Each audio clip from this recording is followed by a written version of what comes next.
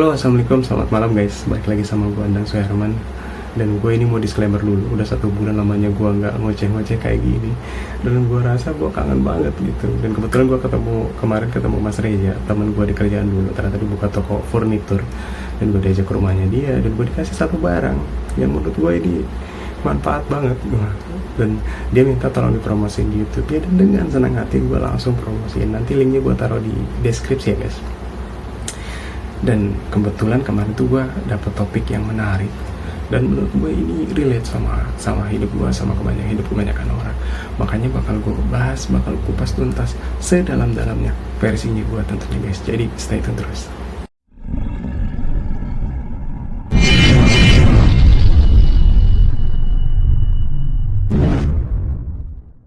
Generasi sandwich. Apa itu generasi sandwich? Generasi sandwich adalah orang yang hidup tidak hanya membiayai dirinya sendiri, melainkan dia juga membiayai orang-orang sekitarnya, membantu orang-orang sekitar circle-nya, bisa adik, kakak, sepupu, keponakan, orang tua, kakek, nenek, uyut bahkan. Ya pokoknya orang-orang yang patut dia bantu secara materi ataupun tangible.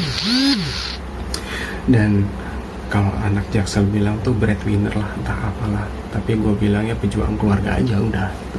Dan buat kalian para pejuang keluarga di luar sana, asli gue salut. Gue angkat jempol, 4 jempol kalian, jempol gue buat kalian. Karena gue tahu hidup kalian itu pasti penuh dengan rasa tanggung jawab setiap harinya gitu. Ya contohnya kayak ibu gue tuh udah dari 2 tahun, 3 tahun lalu belajar nabung. Dan gue punya 2 ATM berbeda. Satu itu buat tabungan pribadi gue di masa depan, dan satu lagi tabungan buat hari-hari gue. Dan itu membantu gue untuk menyisakan pendapatan gue dan membagi-baginya gitu. Dan yang sering terjadi adalah ketika gue ke ATM untuk mengambil uang untuk kebutuhan pribadi gue sering sisakan ke ATM pribadi gue. Dan ketika di ATM pribadi gue saldonya nambah, gue seneng. Ya meskipun progresnya nggak banyak banget ya guys, nggak banyak banget nominalnya yang masuk, tapi seenggaknya ada progres, dan itu bikin gue semangat terus kerjanya. Dan ketika gue ngambil uang untuk kebutuhan hari-hari gue, ya paling seminggu sekali gue ambil buat nyokap, buat adik-adik gue di rumah. Ketika udah gue ambil ATM-nya, terus gue keluar nyalain motor, tiba-tiba ibu negara nelpon nyokap gue, laporan guys, gas habis, galon habis, token listrik udah bunyi, arisan belum dibayar, pokoknya iuran sampah segala macam disebutin sama dia. Dan akhirnya gue ngerasa dengan uang yang gue ambil ngerasa kurang. Akhirnya gue iyakan karena itu tanggung jawab gue. Terus gue masuk lagi ke ATM dan gue akhirnya mengambil nominal yang lumayan besar. Akhirnya gue balik lagi ke motor, gue nyalain motor. Baru gue nyalain, jalan berapa meter dari ATM, tiba-tiba adik gue juga laporan ada SPP yang harus dibayar. Ya pokoknya gitulah guys ya, seorang tulang punggung keluarga tuh pasti dilemanya itu aja gitu. Dan menurut gue ini relate sama gue, makanya bakal gue bahas. Terlebih ada faedahnya buat kalian apa enggak ya, gue pengen bahas aja gitu. Dan seorang tulang punggung keluarga itu masalahnya, tuh itu aja. Contohnya pengen nikah tapi nggak tega ninggalin keluarga, pengen naikin finansial keluarga tapi tahu pendapatan nggak seberapa, bahkan di bawah UMR guys. Dan pengen ngembangin karir, ngembangin bakat, fokus di fashion, tapi kita tahu ya guys, waktu kita itu habis tergerus oleh rutinitas yang sama, yang kita sendiri nggak tahu ujungnya di mana. Jadi kalian itu jangan ngerasa sendiri guys, ada gua yang bakal nambahin pusingnya hidup kalian. Apa ya, bahkan saat ini yang gue rasakan, bahkan gue ketika gue ingin membeli barang-barang kebutuhan gue, itu harus dipikir dulu bolak-balik, dipikir matang-matang, dipegang-pegang dulu barangnya, tawar-menawar dulu sama si abangnya, yang ujung-ujungnya nggak jadi beli. Ya contohnya kayak kemarin tuh, bukan kemarin sih, minggu lalu lah, gue tuh kalau misalkan musim penghujan, gue pakai sandal gunung dan pakai kaos kaki. Dan ketika gue ngecek lemari, kaos kaki gue tuh udah habis. Dan bukan habis karena hilang, gue tuh ceroboh orangnya, bisa naruh kos kaki di mana aja. Bahkan power bank gue pernah naruh di wadah bumbu wadah bumbu dapur dan itu jelek guys. Dan ketika kos kaki gue habis, otomatis gue pengen beli lagi dong. Dari rumah gue udah niatin pengen beli lagi kos kaki kalau gue udah jalan, udah jalan kerja gitu, udah jalan hari. Dan ketika gue udah ketemu terus nawar-nawar si abangnya, ketemu gue yang 10.000 dua karena bahannya agak tebel, akhirnya dibungkus sama si abangnya. Ketika dibungkus, gue lihat kos kaki gue tuh masih pakai kos kaki ya, meskipun satu abu-abu satu warna hitam, dan yang abu-abu tuh udah bolong karena gue pakai sandal gunung. Itu kelihatan kan guys ya. Tapi ketika gue membayangkan dengan uang 10.000 itu gue bisa makan dengan nikmat, dengan sesederhana mungkin dengan keluarga gue, akhirnya gue nggak jadi, dan ujung-ujungnya si abangnya ngedumel. Jadi ya hal-hal yang kayak gitu tuh hal-hal yang sepele, jadi dilematis jadinya, meskipun itu sepele gitu. Itulah makanya kenapa orang yang sudah berhasil secara finansial, orang-orang sudah mapan secara pendapatan, itu kadang mereka beli barang-barang yang aneh guys, barang-barang yang menurut gua tuh gak masuk di akal. Dan menurut pemikiran gua, mereka tuh beli barang-barang hal tersebut bukan cuma untuk ya ngabisin duit mereka, tapi mereka juga membeli barang-barang yang dulu mereka nggak bisa beli. Dulu tuh mereka pengen barang itu, pengen mainan tersebut, terus mereka nggak bisa ngerengek sama orang tua, akhirnya mereka nahan. Ketika mereka punya duit, akhirnya mereka beli. Gitu. Yang sayangnya barangnya bisa kita dapat, tapi nggak dengan kenangannya. Begitupun sama gue masih sering buka-buka Facebook buat nyari-nyari mainan zaman dulu. Tamiya model pertama, Gundam, Zoid, action figure yang model-model dulu lah, masih gue searching gitu karena gue seneng gitu. Dan makanya guys, sekarang tuh yang mainin mainan tuh bukan cuma anak-anak, bukan cuma remaja, orang tua juga banyak. Dan sedikit cerita guys, gue tuh mau bahas ini tuh random aja, nggak terstruktur segala macam. Ya pokoknya gue pengen cerita aja, terlepas ada yang mau dengerin apa enggak ya gue nggak peduli gitu. Ya syukur-syukur ada yang dengerin gitu. Gue tuh anak ketiga dari 5 bersaudara, dan kakak gue 2, 1 perempuan 1 laki-laki, dan adik-adik gue tuh dua-duanya perempuan. Dan saat umur gue belasan tahun itu, kakak-kakak gue ini udah nikah, udah punya keluarga masing-masing. Dan posisinya tuh bokap tuh udah mulai sakit-sakitan. Ingat banget dari umur gue 14-15 tahun tuh bokap udah mulai sakit-sakitan. Dan gue ngerasa ini tanggung jawab gue, bukan tanggung jawab kakak-kakak gue, karena mereka juga udah punya keluarga, dan gue tahu ekonominya tuh gak bagus-bagus banget gitu. Jadi dengan bodohnya gue itu, gue pede, gue bisa nanggung semuanya, yang pada akhirnya gue tuh keteteran.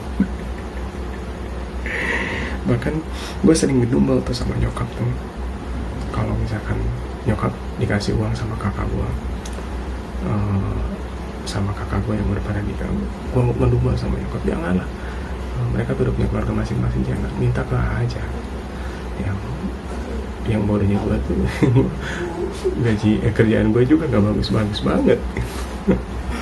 Dan saat umur belasan tahun itu, bokap juga udah mulai sakit-sakitan gitu. Bokap tuh punya penyakit paru-paru, dan dia itu dari muda tuh pecandu rokok berat deh. Pokoknya sehari itu bisa habis 2 bungkusan rokok gitu. Makanya sampai saat ini kenapa gue nggak ngerokok, karena jujur ketika gue punya anak, ketika gue punya istri, gue pengen hidup lebih lama sama mereka. Gue pengen jadi contoh yang baik buat anak gue nanti. Dan gue tahu dulu tuh gue dikasih hasil ronsenan paru-paru bokap, dan menurut gue ya gitulah pokoknya hasilnya bikin gue gak mau lihat lagi gitu. Dan saat itulah hampir 90% pendapatan gue itu gue kasih nyokap.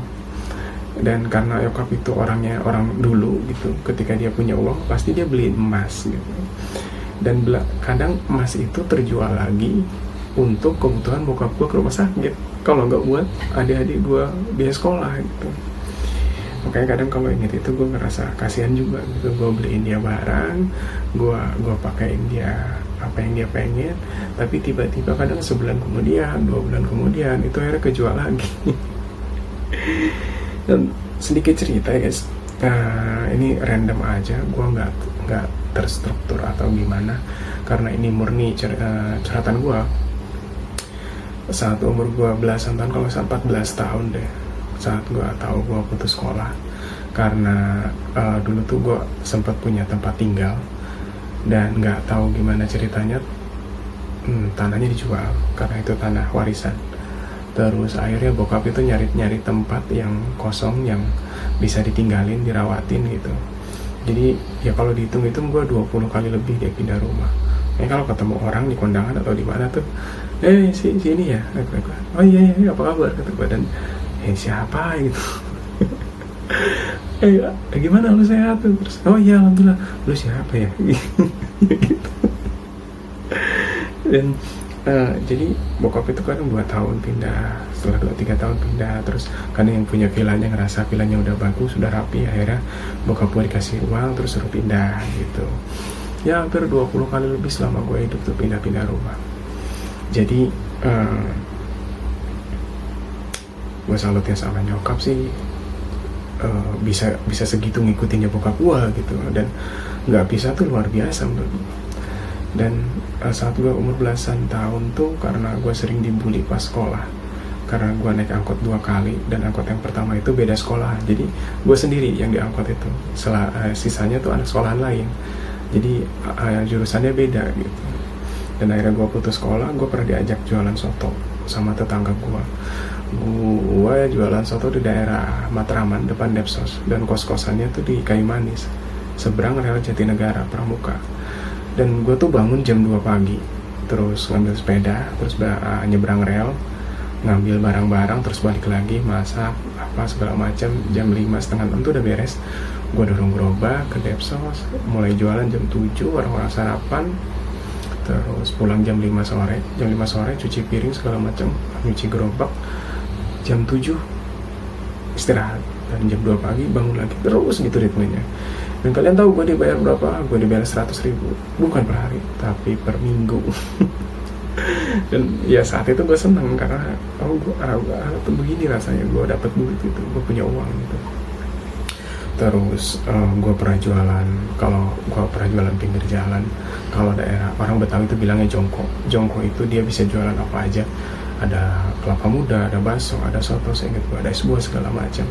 Dan mengharuskan gue itu bangun habis subuh tuh gue harus masak segala macam, terus bawa bahan-bahannya ke tempat jualan, terus buka jam 8 pagi udah rapi, jam 10 malam tuh gue nutup. Dan bos gue kadang jarang hari itu 4 kali dia cari kelapa, karena keuntungannya lebih besar dari kelapa dibanding jualan yang lain yang ada di situ. Dan kalian tahu gue dibayar berapa? Gue dibayar 700.000 per 1 bulan, bukan per minggu guys.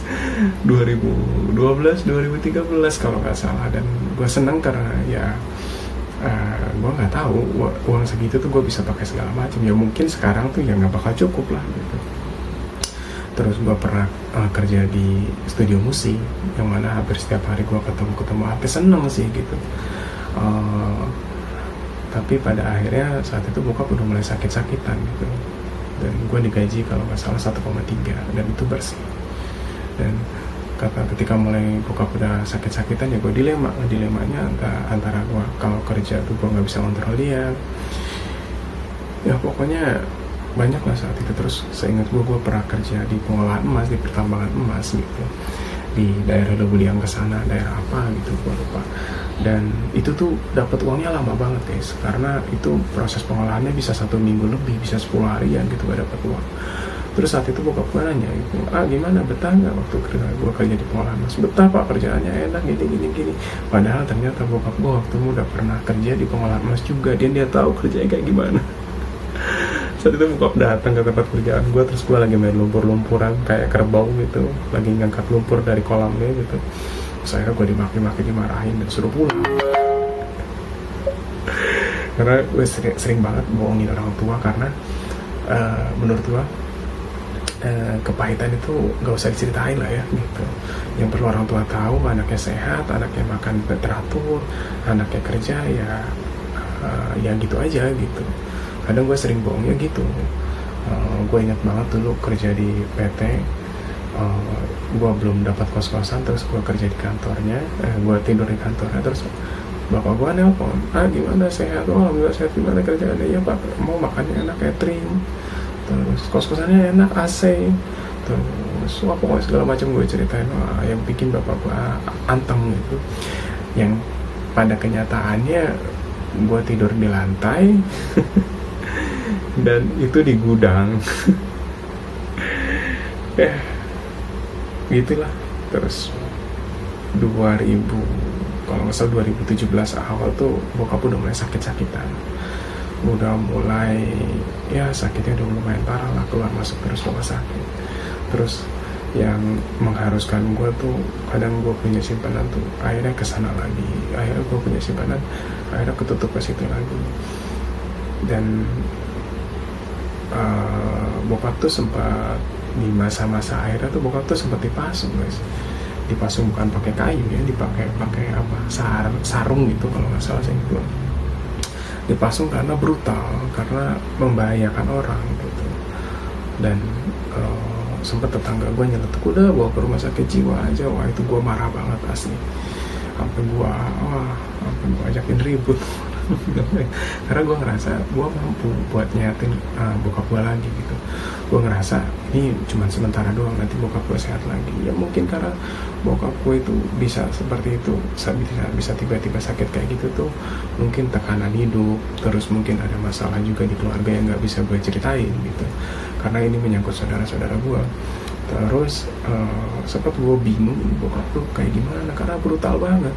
Gue ingat banget dulu tetangga gue tuh punya motor Ninja. Kalian tahu lah motor Ninja itu apa, dia nggak ada standar 2-nya, dia cuma standar 1.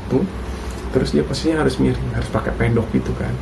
Terus tanpa babi ibu, tanpa aba-aba macam-macam, motor itu didorong sama bokap gue sampai jatuh, sampai tangkinya bocor, sampai bensinnya tuh kemana-mana gitu. Masih untung itu motor kondisinya belum nyala, maksudnya nggak habis dari jalan jauh. Kalau posisinya itu motor udah dari jalan jauh terus panas kebakar mungkin. Akhirnya nggak gimana. Terus di kampung gua tuh dulu ada RT yang punya Avanza atau Xenia gitu, saya ingat gua. Tanpa babi ibu, bokap gua keluar rumah terus ditendang spionnya sampai pecah. Ya ujung-ujungnya kalau nggak gua yang minta maaf, kalau nggak ya nyokap, kalau nggak ya kakak gua gitu. Terus yang bikin gua ngenas banget tuh bokap tuh pernah lari-lari keliling kampung telanjang. Dan nyokap tuh lari-lari ngejar-ngejar bawa sarung buat nutupin auratnya gitu. Ya pokoknya kalau nggak dipasung tuh brutal banget bokap tuh. Sampai 2017 bulan 9, gue inget 5 hari lagi gue ulang tahun kalau nggak salah, bokap meninggal. Dan gue tidak pernah menyalahkan siapapun atas apa yang terjadi dalam hidup gue. Menurut gue yang sudah terjadi emang udah itu seharusnya terjadi gitu. Tinggal tergantung bagaimana kita mencari jalan keluar dari setiap masalah itu kan. Dan itu posisinya gue di lantai 18, lagi gue dulu orang gudang di salah satu perusahaan konstruksi, dan gue di lantai 18. Dan inget banget tadi gue nelpon terus bilang bokap udah gak ada. Gue lagi berdiri langsung jatuh. Langsung duduk jongkok gitu. Terus teman-teman gue nanya, lu kenapa? Bokap gue udah gak ada gitu. Terus mereka langsung ngangkat badan gue, terus nopang gue ke lift. Akhirnya turun, terus temen-temen gue bilang, ayo gue anterin lewat tol biar cepet lu pulang. Enggak, lu handle kerjaan gue aja, kata gue pulang naik kereta aja. Akhirnya di kereta gue gak kebagian tempat duduk karena itu udah sore gue pulang. Nah akhirnya gue jongkok karena kaki gue lemes gitu. Gue ditegur sama security gitu, pak jangan jongkok, kalau mau duduk aja.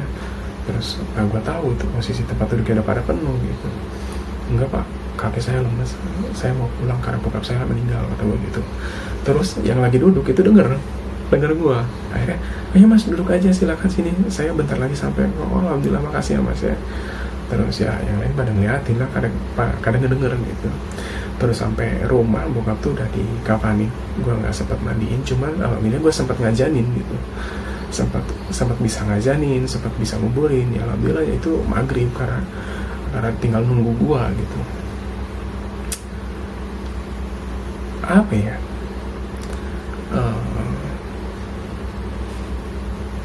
saat itu pula gue punya pasangan dan udah hampir 4 tahun berjalan gitu, dan tabungan gue sama dia tuh udah lumayan banyak. Dan nggak lama bokap meninggal, sama 2-3 hari kita memutuskan untuk mengakhiri hubungan tersebut. Keputusan bersama gitu, yang mana sebenarnya bokap gue tuh sayang banget sama dia, udah kayak nganggap anak bontot gitu, karena kalau ke rumah tuh apa-apa ngobrol, apa-apa curhat, sampai adik gue bilang tuh, tahu nggak, bapak tuh sebelum meninggal nanyain si teteh gitu. Yang bikin sampai sekarang gue nggak habis pikir tuh, oke, boleh hubungan kita sudah berakhir gitu, tapi dari hari pertama bokap meninggal sampai 40 hari itu dia nggak pernah datang. Dan gue nggak tahu alasannya sampai sekarang. Dan tabungan kita tuh kalau dihitung-hitung udah gede banget, dan gue nggak mau mikirin alasan gue tuh. Udah saking gue kecewanya, oke boleh kita udah, cuma seenggaknya lu hargai bokap gue. Tapi pada akhirnya dia nggak pernah datang sama sekali. Dan di situ gue marah, iya kesel, gue ngerasa kok gini banget gitu. Kayaknya gue udah bener deh berjuangin keluarga gue, tapi kok feedbacknya ke gue kok gini banget, gue ngerasa gitu. Gue ngerasa anak yang paling bodoh gitu. Banyak banget janji-janji yang gue buat cuman nggak kesampean gitu. Terus ya gue sampai tuh kayak di situ tuh kayak psikosomatis kan, kayak mual, pusing kalau inget-inget hal-hal yang benar-benar traumatis di hidup kita tuh tiba-tiba kayak gitu. Sampai gue bilang sama saudara-saudara gue, sama adik gue, sama keponakan gue, kalau gue lagi sendiri tolong ajak gue ngobrol. Iya, karena ketika gue sendiri pikiran gue kemana-mana, dan gue takut, gue mikir pendek waktu itu. Gue ke kamar, inget pakaiannya bokap, inget pecinya, inget segala macam. Pokoknya gue bilang ke kakak gue, pokoknya kalau gue lagi sendiri ajak gue ngobrol. Gue takut mikir aneh-aneh, kata gue gitu. Tapi dari hari pertama sampai ke-7 tuh gue nggak nangis, karena adik-adik gue juga pokoknya gue nggak mau nunjukin itu gitu. Gue harus menguatin mereka. Sampai hari ke-7 tuh gue izin buat berangkat kerja lagi karena kerjaan gue udah numpuk. Terus gue mutusin buat bawa motor sendiri dari rumah. Dan motor gue tuh Satria, dan mesinnya panas banget ya guys kalau macet-macetan. Satria F yang 150 cc, dan gue pakai helm full face. Gue berangkat subuh, dan dari situ udah nggak ada siapa-siapa gitu, udah nggak ada orang rumah gitu. Akhirnya gue lewat Parung tuh, di sebelum Atang Sanjaya itu jalanan sepi. Gue berhenti, gue jongkok depan mesin. Tahu itu mesin panas banget, gak berasa. Kalian tahu kalau Rossi mau balapan tuh tradisinya kayak gitu, dia jongkok depan motor gitu biar menang. Kalau gue jongkok depan motor, buka kaca helm, dan gue nggak nangis sejadi-jadi di situ. Sampai berisik banget gue, karena gue nyari tempat sepi, takutnya gue disangka orang gila sendiri gitu. Akhirnya di situ tumpahlah semua penyesalan gue gitu. Tapi alhamdulillahnya nggak kelihatan siapa-siapa, karena gue menurut gue masalah orang kan pasti beda-beda, dan tergantung kita menyikapinya aja gitu. Dan kalau kita lagi benar-benar down, lagi di bawah, kalau memang mengharuskan untuk menangis, ya silakan menangis saja, karena itu akan membuat kita lebih sedikit lega ya. Ya menurut gua tentunya ada tempat-tempat yang bagus ya, di atas saja ada lebih bagus. Bangun jam 1:30 malam terus curhat, mengadukan diri, menghinakan diri, pokoknya ada tempat yang lebih baik buat nangis. Jangan kayak gua pinggir jalan. Dan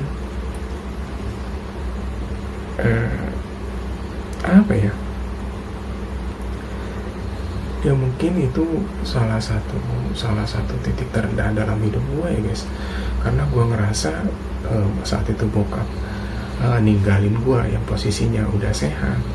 Terus gue pernah nanya ini bokap gue tuh sakit gini loh, gimana caranya gitu, nanya sama teman-teman gue, oh kalau orang tua lo sakit kayak gitu lo harus bikin dia terus ada kesibukan. Akhirnya sebelum bokap papa tuh gue buka rental PS, jadi gue bikin gimana caranya bokap tuh ada kesibukan. Sempet 8 unit PS2 sama PS3, jadi gue murahin banget kan. Kalau orang-orang lain tuh sejam tuh 3.000 PS2, 2-3 ribu, terus PS3 tuh 5.000, gue bikin 2.000 satu jam. Nggak peduli gue rugi, yang penting rumah gue rame. Itu salah satu cara gue biar bokap gue kehibur gitu. Terus kalau gue pulang tuh bokap ceritanya, wah PS rame gini. Terus malam-malam tuh kalau anak-anak takut pulang, bapak anterin, bapaknya ceritanya antusias banget. Jadi yang dulu gue cerita ngeluh sama bokap dulu, yang gue kayak bocah, akhirnya pas bokap cerita tuh kayak gue dengerin bocah gitu. Ya seru sih, tapi ya mungkin salah satu bentuk ikhtiar gue biar bokap tuh tersibukkan sama apa yang gue lakukan gitu. Tapi lucunya itu, ya namanya usaha kan pasti ada saingan ya guys ya. Tetangga gue buka juga rental PS, kan konyol ya. Jadi akhirnya tetangga gue kan belinya baru semua, karena sedangkan gue belinya second, dan itu pun belinya nyicil. Gue gajian gue beli 1 unit, gue gajian beli TV-nya 1 unit, gue gajian beli 1 unit PS-nya. Sampai 8 unit tuh hampir 6 bulan gue kumpulin, hampir 6 bulan 7 bulan gitu.